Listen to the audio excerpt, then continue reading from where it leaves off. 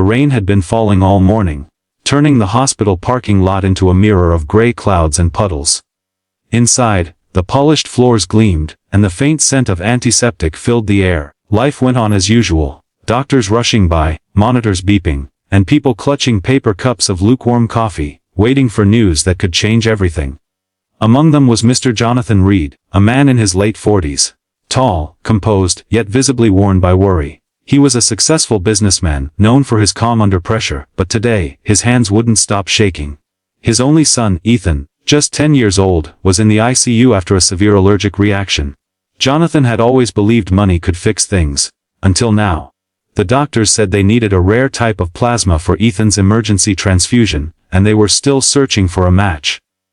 In the corner of the hospital corridor, Martha, the cleaning lady, moved silently from room to room with her mop and cart. She was in her late 50s, small in frame, with kind eyes that hid a lifetime of quiet endurance. She'd seen countless patients come and go, their stories brushing against hers like fleeting shadows. When she entered Ethan's room to tidy up, she paused. The boy lay unconscious, tubes and wires surrounding him, but what caught her eye wasn't the machines. It was the small medical port on his upper arm. Her breath hitched. She took a step closer, her heart pounding.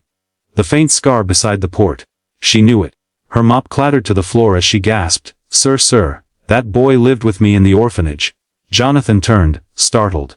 "What did you say?" Tears welled in Martha's eyes. "The scar by his port. It's from when he fell trying to climb the old orphanage fence. I was there. I looked after him for years." Jonathan frowned in disbelief.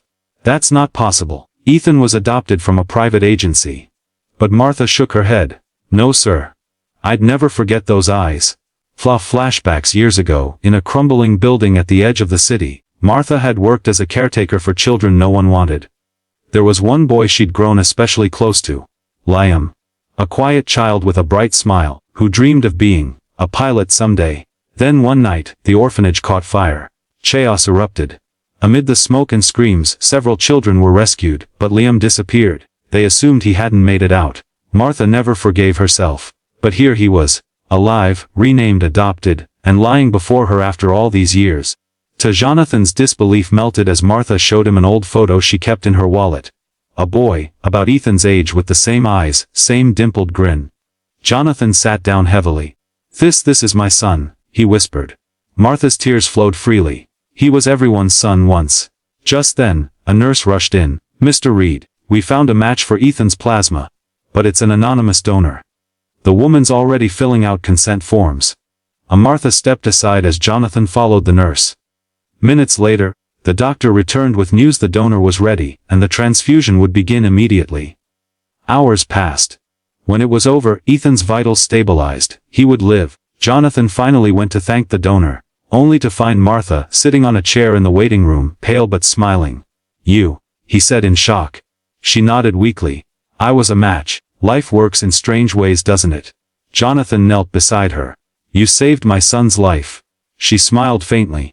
"No sir, he saved mine, twice. Once when I found him again, and once when I remembered that kindness never dies.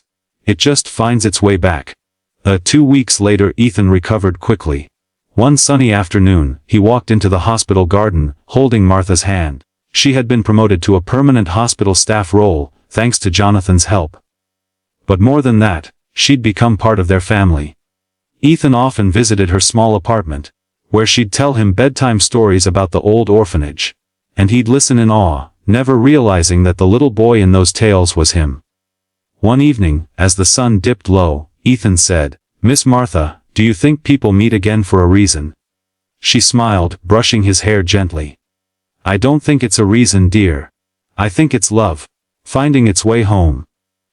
Closing message. In a world full of strangers, sometimes fate ties invisible threads between hearts that were never meant to forget each other. Kindness doesn't need to be loud. It doesn't need to be noticed. It simply lives quietly, waiting for the moment it's needed most. And when it returns, it reminds us that no act of love is ever lost. Moral. What you give in kindness may leave your hands, but it never leaves the world.